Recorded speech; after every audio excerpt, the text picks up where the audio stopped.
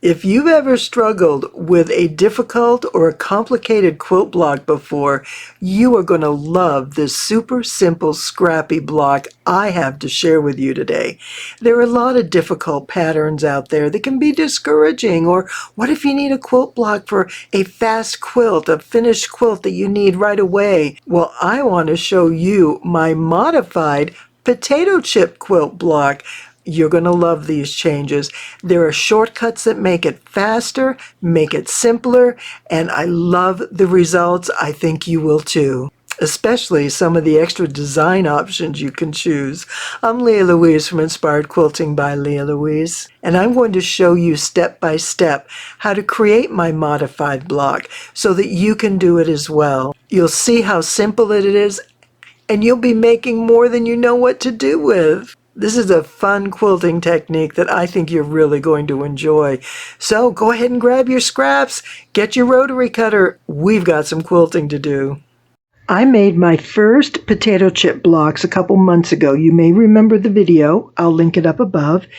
And what I did, in addition to creating the potato chip pattern, which again, this is a sort of a modern name for an old quilt pattern that goes back a good 100+ years, but it's all about putting scrappy triangles together.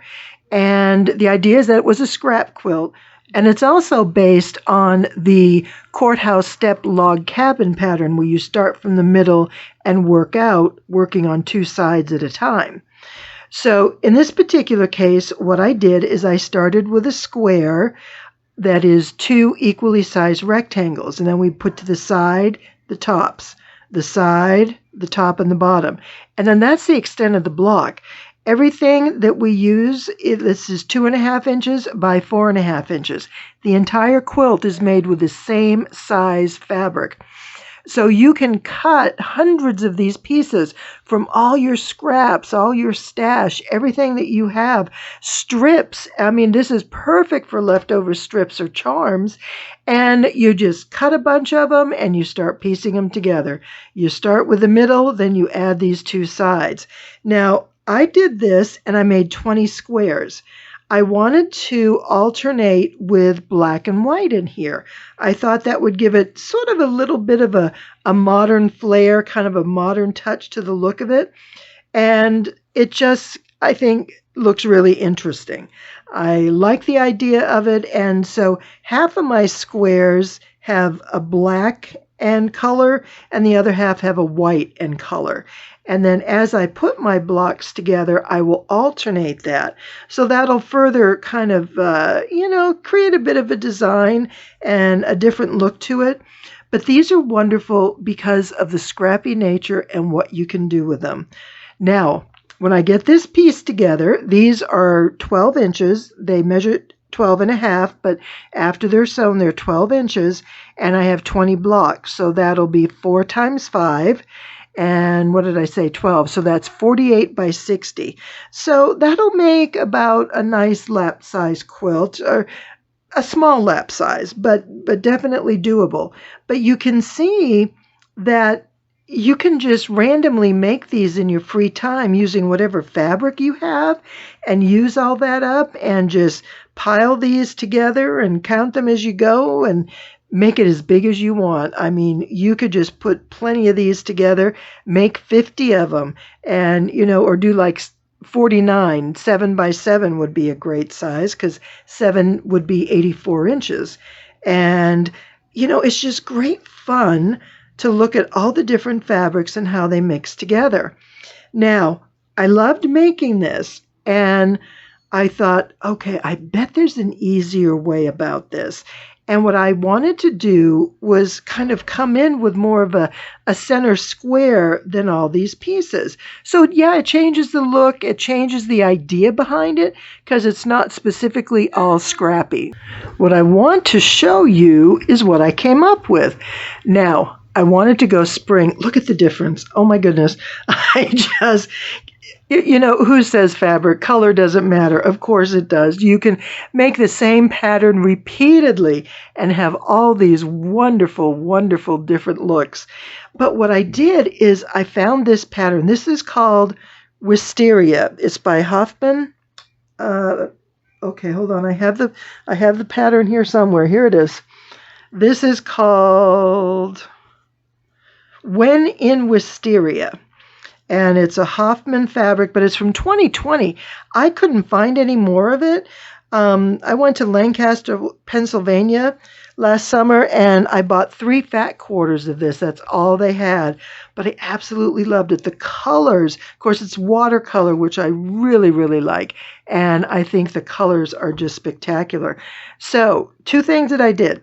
I wanted to stay with the white background, so I had a lot of light colors in my blocks to kind of carry that through, but I also wanted to focus on these colors, particularly the rose, the blues, the turquoise, purples, lavenders, a bit of yellow, and a bit of green. And so those were my colors. So I didn't go through and choose, a lot of other odds and ends of colors. I stayed specifically within that group of colors, and then I made it even larger. So you can see that this one is a 12-inch block, and it fits right there. What I did was add another row. But I could do that because I started with an 8.5-inch square. So these middle rows, which would be right here, are replaced with one large 8.5-inch square. That makes it super simple. Then I add the first sides and then the second sides, and I do it one more time. So all I need are 2 rounds of rectangles. What I'm anxious to see in putting this together is when I put 2 blocks together, I'll have these 2 and then I'll have another 2 next to it. It is going to be so pretty. I love these colors. What a fantastic spring quilt. So let me show you how this is looking. I'm actually going to enlarge our view so you can see these a bit bigger. There we go. Now you can see the whole thing. But this is just so pretty. And then here, like you see when you put these together. Now, the other thing is notice how these seams don't match. It makes putting it together so much easier. The trick, though, is if I put these just like this, where the 4 and the 3, see how there's 3 across here and 4 on this side? And if I put those 4 next to the 4, then I'm going to have matching seams. Or I can simply turn it and then no matching seams. The only thing I have to match is right here. Now, because I started with a big block, I could have just made this one outer ring, so to speak, but I love the idea of having all these extra pieces between the large squares, especially since I only had 3 fat quarters. Cutting these at 8 inches, I could only get, what did I get? 12 of them. 4 times 3. Yep, I got 4 out of each one. So I have 12 squares. So if I made them just at the 12 inches, I'd only get 3 by 4, and it's 36 by 48. And I want this for me because I love this. Now, the other thing I did is there's a lot of watercolor in here. So I brought in some watercolor solids, and I used a lot of batiks. And I just think the design looks wonderful. I love how this looks. And then here's another one. And as much as I tried to pay attention not to duplicate, look at that right there. Oh, well. I'm not worried about it because that's hardly going to be seen. And there we are. So the other thing, oh, and did you see the hummingbird? That was the other thing I thought was so sweet in this. Some of the blocks actually have a little hummingbird in the wisteria. So, and then wisteria is such a beautiful vine. It's gorgeous when you see an arbor with the wisteria hanging over. So it's a fun favorite of mine. And so quilting that into a quilt made me really happy. Now, I want to show you how this block goes together. It's not difficult. It's actually quite easy. I'm going to show you some shortcuts. Now, the first thing I did was cut out my squares. And like I said, these are 8.5 inches. And again, another little hummingbird. I just think that's the sweetest touch. And I really like that as the center. And then I pulled all my fabrics out. Now, I cut. And again, these are the primary colors that I chose. And I pulled these colors from the focal fabric, and I just wanted to make sure that I had them all in here in order to carry that pattern throughout, that color design. And I think it worked out really well. Now, when you have a bunch of these, they're just sort of like, I needed 300, and I probably cut at least 400 because I was just going through everything I had and cut and see what I can come up with.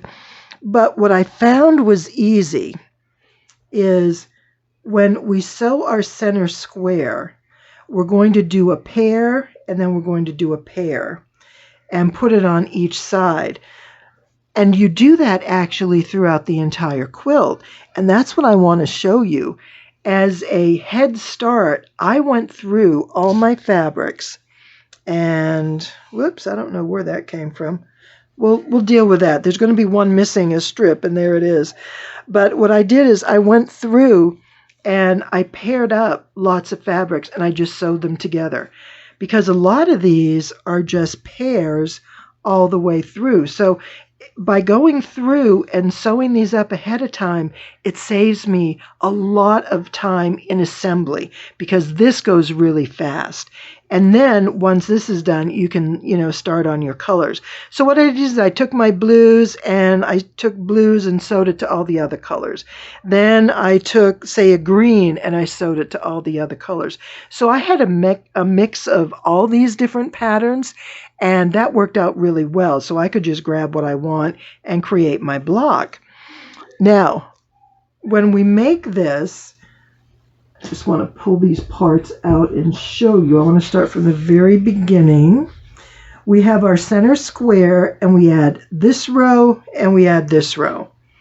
And when I'm doing this, I do not press as I'm sewing because there's lots of pieces and it gets a little fussy. I found it easier to press the block after I was finished making it.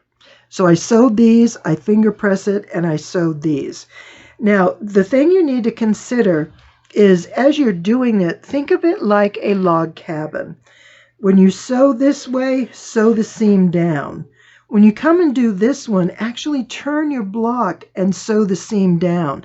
That's going to keep your seams going in the right direction, and it's going to make it easier to sew as you go through. Because every time you sew, these on the back are going to be facing down, and the ones you're sewing on top will be facing down.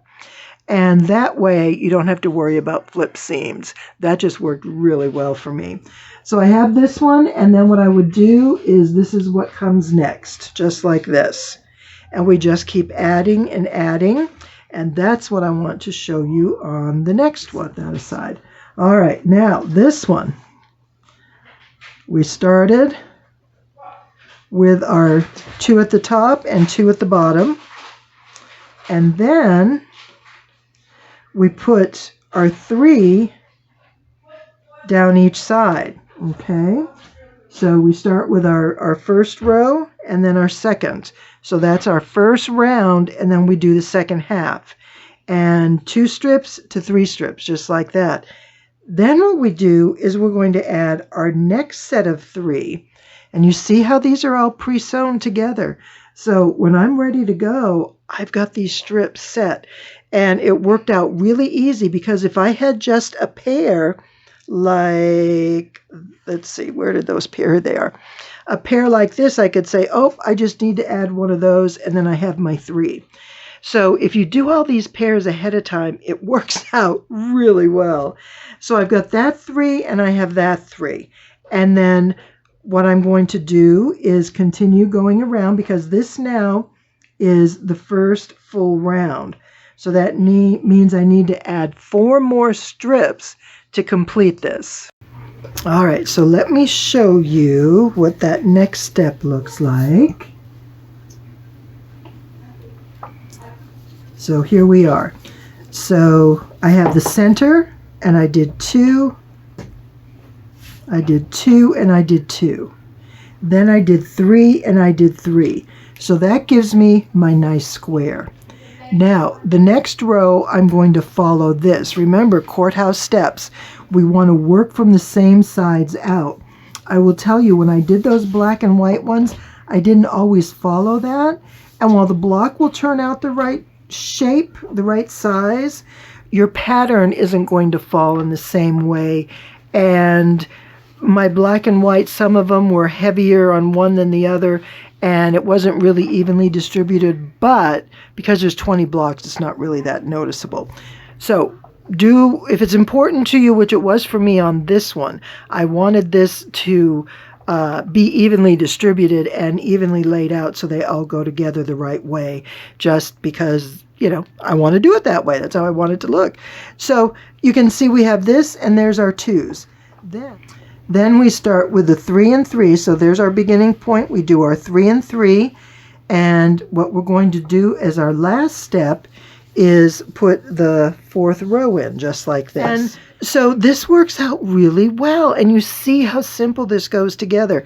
See how these are 2 that are paired.